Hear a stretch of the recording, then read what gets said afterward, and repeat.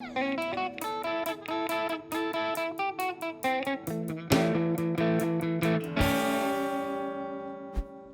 name is Emily Zimmer. I'm really excited to be here. I am a Loog certified guitar teacher. I've taught kids of just about every age.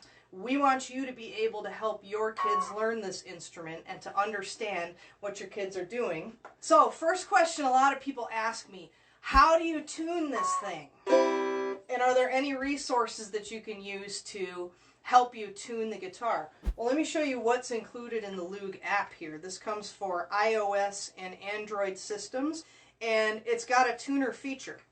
So if you go here and you go to Tuner, then you can play a string, and it'll tell you whether your string is in tune or not.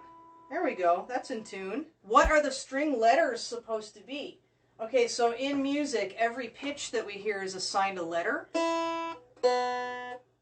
or sometimes a letter and a symbol, such as sharp or flat. Your first string here, that's the one closest to the floor. Okay, the highest pitched one, that's E. The second one, the one in the middle, that's B as in boy.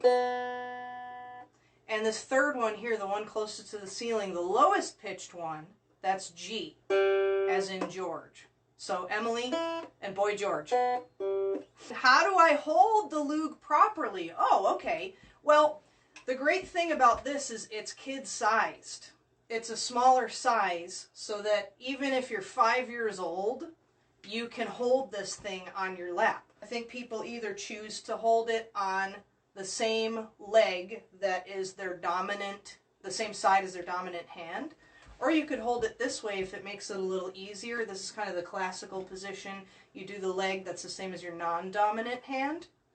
And sometimes that makes things easier for people because it kind of raises the neck of the guitar up a little bit. Speaking of which, this is the neck of the guitar right here. Let's adjust the terminology here. With the neck of the guitar, this is not used to hold the guitar up. The weight is either held by the strap, in my case, or by the player's lap on this end of the guitar, kind of between this arm and your lap. The motion has to be like you're catching an apple falling from a tree. You're not going to catch it like that. This is not a broomstick. And if you have the thumb print, part of your thumb on the back of the neck, and the very tippy tips of your fingers, you see how curved my fingers are on the strings? That way you're just pinching the notes between your thumbprint and the very tippy tips of your finger.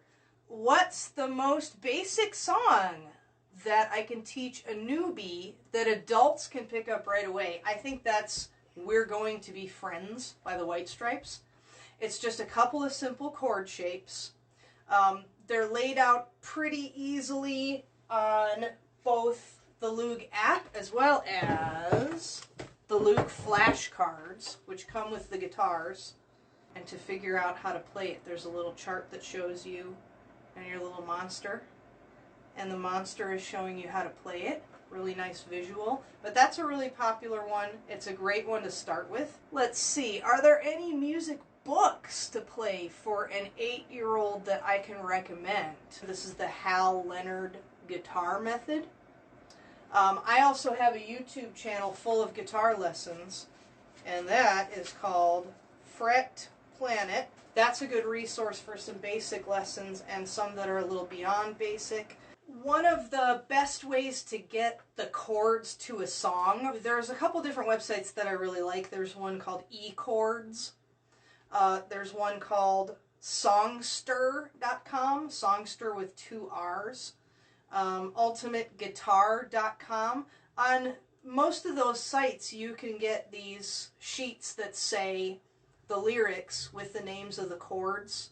You can get every single chord, every single major or minor chord that exists right here in these flashcards. So if you get the names of the chords on a website like that, you can just open up the flashcards and start learning that.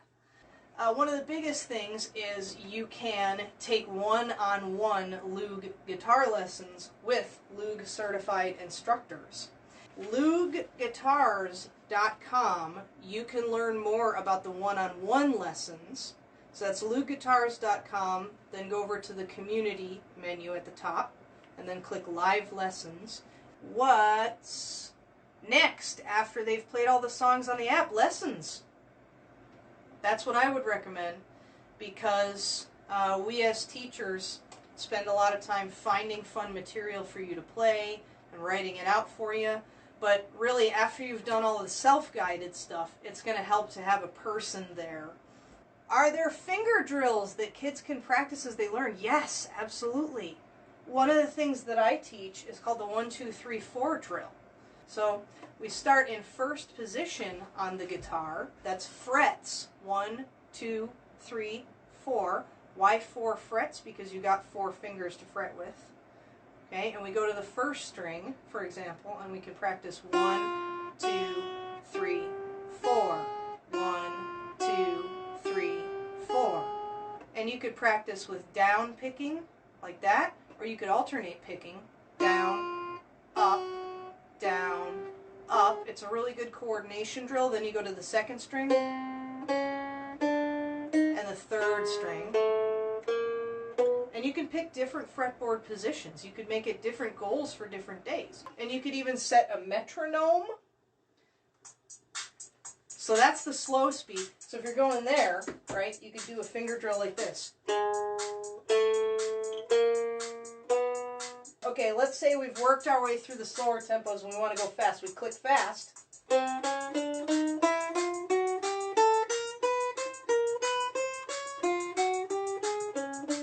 So, I'm going to wrap it up right there. Thank you guys so much. I am Emily Zimmer. I look forward to seeing, hopefully, all of you in either the class this Saturday or next Saturday. Sign up for that class, lessonface.com/Loog class. I want to thank Loog Guitars so much for having me here today to take over. Thanks, you guys. Have a good one.